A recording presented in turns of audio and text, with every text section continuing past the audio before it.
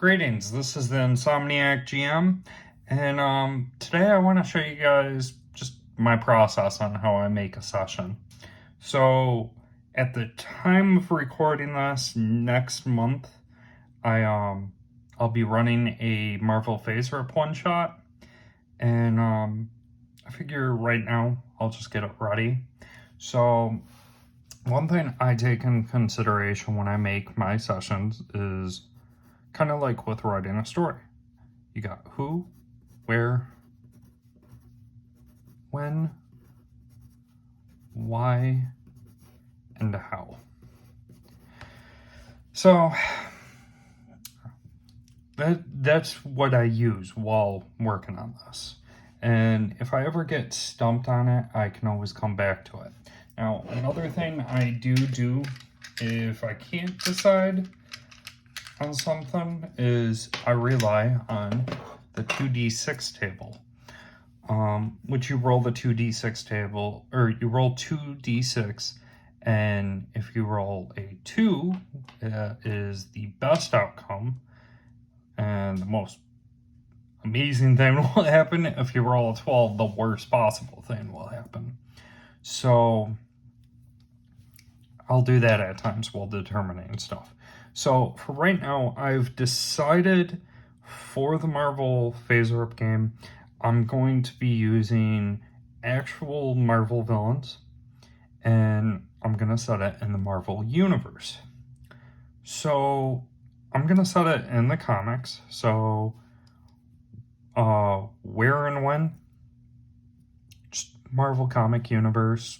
We'll set it during... I'm going to go with probably just the classic 90s, you know. For the most part, that's going to be nostalgic for a lot of my group. So, 1990s Marvel Comics. That way, we can be...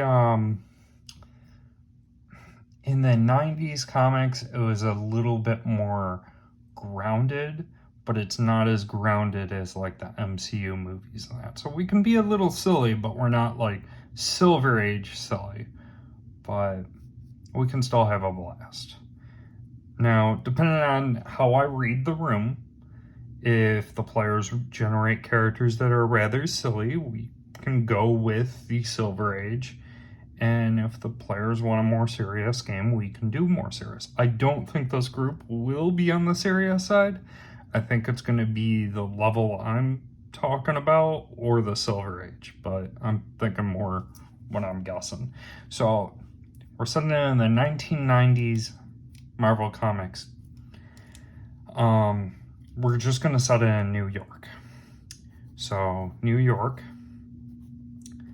And normally I don't write this stuff out because I already have an idea, but I'm writing it for you guys. So the villains I want to use are characters I know my group's not going to know, which is Marvel's Scarecrow, Boomerang, Boomerang, and Grizzly. I'm going to Grizzly. Okay. So, in the comics, Boomerang is a mercenary, Scarecrow is a burglar, and Grizzly is just a man out for revenge. Now, with Grizzly, I know he wants to go after Jameson. So, we'll put JJ for John Jonah Jameson.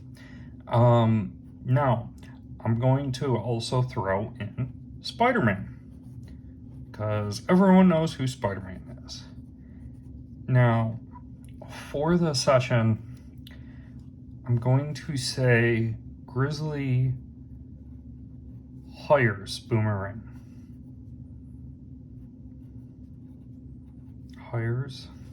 And also hire Scarecrow.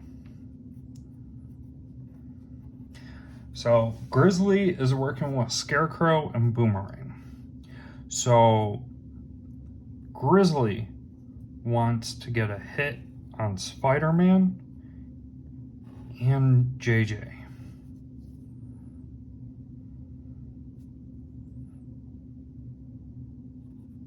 And we'll put down he's after them. Okay. So we will say Spider-Man is trying to protect Jameson. Okay. So he's protecting them. Now, we're going to say that Grizzly is trying to go after Spider-Man by setting a trap by him trying to go for Jameson. And if Grizzly can go after, make it appear as he's going after Jameson and can get Spider-Man, after he gets Spider-Man, he can go for Jameson. So part of his plan is he's going to use Scarecrow, and we'll use his crows.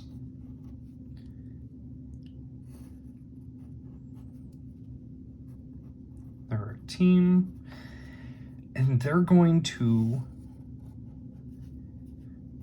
tail Jameson. So they're going to follow him around and know where to go. Well, Jameson is going to take refuge, we'll say, where would Jameson take refuge from?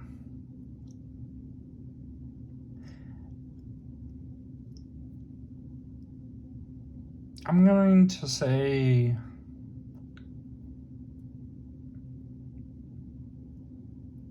you know what? And this is where I will roll on the table. So if I roll, the lower it is, if it's neutral, we'll just say he's just going to stay at his home. If I roll low, we're going to end up saying that he's willing to go somewhere more safe. Now, if he rolls high, he's not willing, but he has to go somewhere safer. So I got a 2 and a 2, that is a 4. So Jameson's more willing to go somewhere. So let's say he's hiding at a friend's house.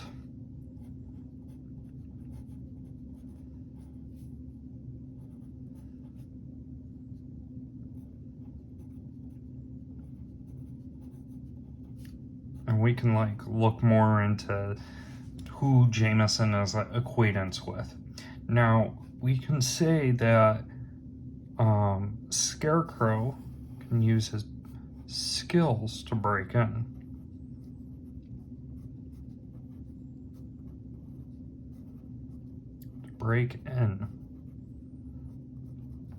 And we will say that Jameson, when he's alerted and he's worried, he's going to hire Boomerang for protection. Unaware that that was part of the plan, that Boomerang is going to backstab him. And we can say that Boomerang will trap the location beforehand. Lay traps. And we'll say that Scarecrow is going to draw attention.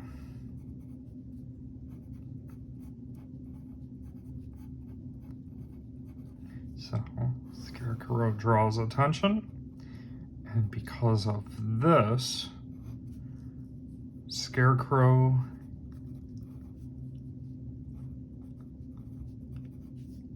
is locked up. Now, drawing the attention goes to Jameson and Spider-Man. So Scarecrow's going to cause a commotion to draw attention. He'll let people know that that a few people are after Jameson. And this is going to alert Jameson and Spider-Man. So Jameson is going to get a bodyguard who's actually working with them, and Spider-Man is going to be on the watch more to protect Jameson. Now, we will say,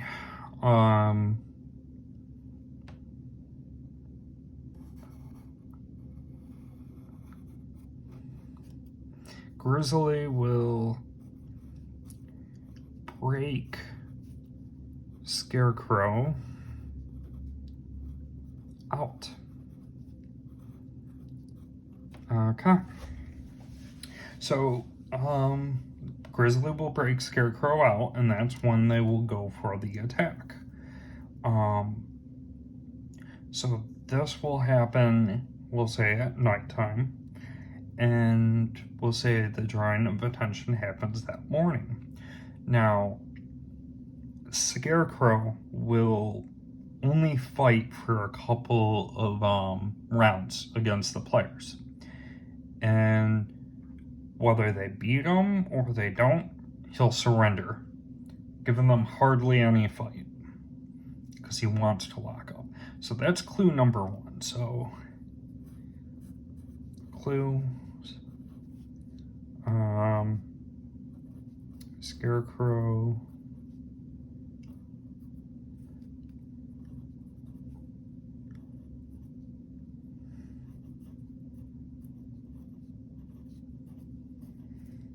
gives up easily. Okay, so number 2, Scarecrow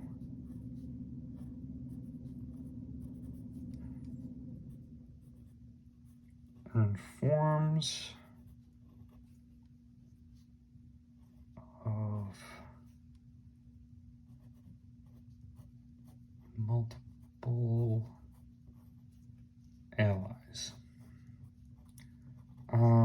Number 3, the players could notice that the crows are tailing Jameson, that JJ. Crows.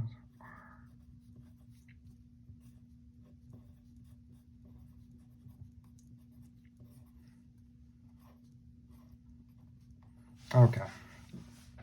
So there's those. If they look into any criminal records, they will see that Grizzly recently got out of jail. So, if he sees search records, then they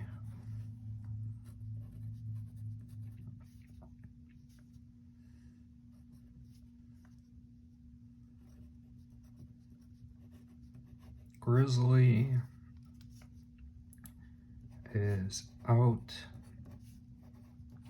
of prison. Okay.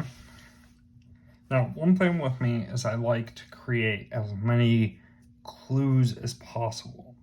So, another thing I should do, if the players do not look into the records, because you need to have, I find with like investigations, it's best to have it where you give multiple clues. So we'll say Spider-Man speaks about Grizzly escaping. or not escaping, but about Grizzly being on his watch. Now that he's free. Okay. Now another thing I will say is Spider-Man, whenever the players get to the hideout, they will see Spider-Man beat pretty badly, and they can save Spider-Man. And depending on how well they work, if they focus their attentions on all three of the enemies, then it will spare Spider-Man, but if they all gain up on one, the other two will go for Spider-Man. And if Spider-Man is knocked out rather too quickly, he cannot help on the fight. If Spider-Man succeeds, like if he's still up in that, then I will let him enter the fight, helping the players. And the players as a group will be allowed to control Spider-Man. So then it would become a fight of 3 or 4 on 3. Now, no more clues.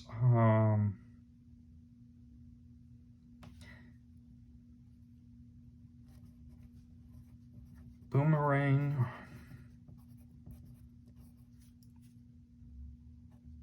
Is the cheapest offer to be a bodyguard. 7 will say Boomerang.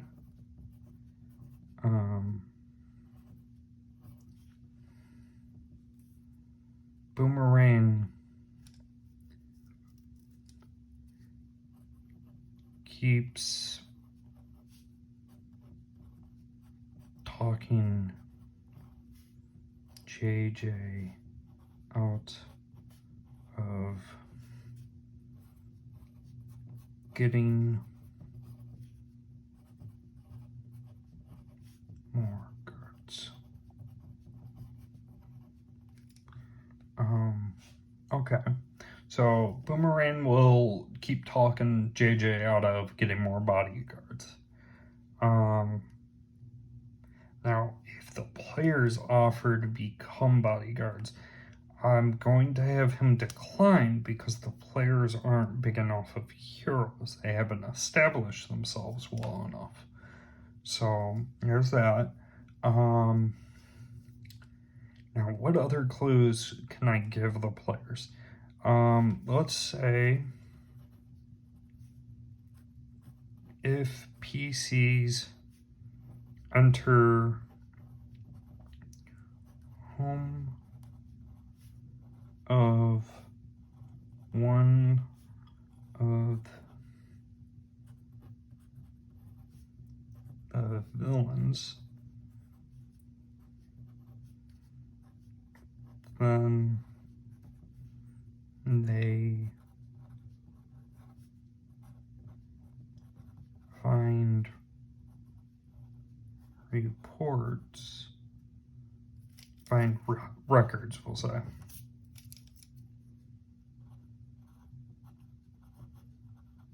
Records of being hired. Okay. Let's see. What else? Is there anything else? You know what?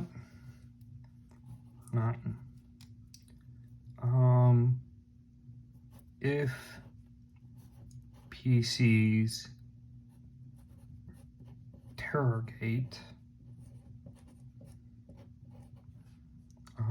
interrogate Scarecrow,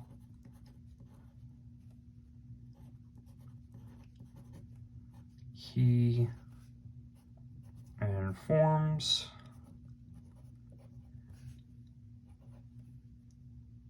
PCs that Grizzly hired them. Hired him, we'll say. And a dash, and where Grizzlies hideout is located. Okay. So if the PCs interrogate Scarecrow at any point, Scarecrow will inform them of that Grizzly hired him and tell him where Grizzly's hideout is located. And if that's the case, then they go to the hideout. The hideout will tell them records that Bolt, Boomerang, and Scarecrow are hired.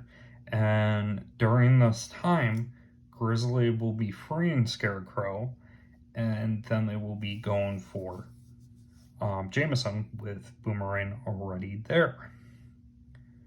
I think that's good enough. I may add on to that later. One thing I will do is I will create a list of male and female names. So if the players go to talk to someone, I can just throw out a name randomly. Now, I've just created enough to make the story flow, but I've kept it open enough where I can fill in things I don't expect the players to do. So, but this is kind of how my process is. This is the first time I'll be running FASERIP, so just wanted to share that with you guys. So I'll let you know how that goes in the future. Until next time, bye.